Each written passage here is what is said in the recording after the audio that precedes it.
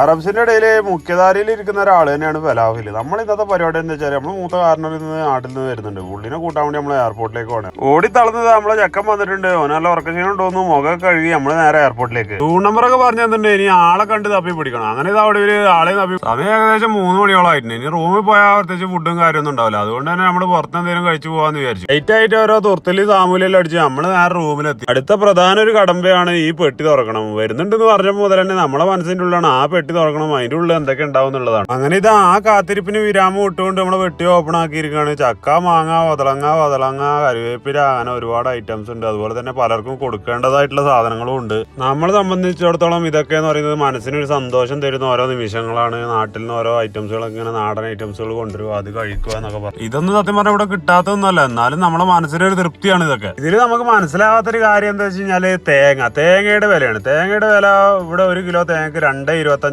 കഴിഞ്ഞ നമ്മളൊരു മോളിൽ പോയപ്പോൾ കണ്ടത്. നാട്ടിലെ തേങ്ങക്ക് വില ഏകദേശം എത്ര വരും? നമ്മളത് കണക്കൂട്ടി നോക്കുമ്പോൾ ഇവിടുത്തെ തേങ്ങ വാങ്ങുന്നതാണ് നല്ലത്. അപ്പൊ ഇത്രയും പറഞ്ഞുകൊണ്ട് ഇന്നത്തെ വീഡിയോ അവസാനിപ്പിക്കുന്നു. ആദ്യമായിട്ട് വീഡിയോ കാണുന്ന സുഹൃത്തുക്കൾ ഫോളോ ചെയ്യാൻ മറക്കല്ലേ.